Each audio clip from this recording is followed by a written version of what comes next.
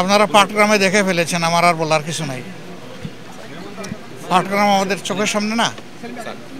এখন দেশের এই পরিস্থিতি বিরাজ করছে, এমন পরিস্থিতিতে নির্বাচন কিসের, কি নির্বাচন হবে? এই জন্য আগে নির্বাচনের পরিবেশ অবশ্যই তৈরি করতে হবে। এই পরিবেশ তৈরির জন্যই সংস্কারের প্রশ্নগুলো এসেছে। আমরা আশা করি যদি বেসিক বিষয়ে, মৌলিক বিষয়গুলোতে কার্যকর সংস্কার হয়, তাহলে আলহামদুলিল্লাহ একটা ভালো নির্বাচন হবে। এবং যদির কোনো সুযোগ নাই, সংস্কার করতে হবে, ভালো নির্বাচনও করতে হবে ইনশাল্লাহ। সে মব সর্বকালে বাংলাদেশে ছিল, এটা ৭২ সাল থেকেই শুরু হয়েছে এবং এখন পর্যন্ত এটা কন্টিনিউ করছে। কিন্তু এই মব আমরা চাই না, আমরা মবের ঘোর বিরোধী। কোনো মব নাই, এবং দেখবেন যে এই সমস্ত মবে জামাতে ইসলামের কোনো কর্মী সমর্থক কোথাও জড়িত নাই।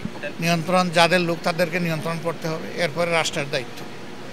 শুধু রাষ্ট্রকে সব দিলে হবে না, বিভিন্ন দলের লোক যারা জড়িত আছে ওই দলের মৌলিক দায়িত্ব নিজের কর্মীদেরকে আগে সামাল দেওয়া, এরপরে রাষ্ট্র তার দায়িত্ব পালন করবে পাশাপাশি। এটা নির্মূল করা হবে ইনশাল্লাহ, কোনো মব সহ্য করা হবে না। বিচার একটাই চলবে, বিচার কারো হাতে তুলে দেওয়া হবে না, বিচার থাকবে আদালতের হাতে ইনশাল্লাহ।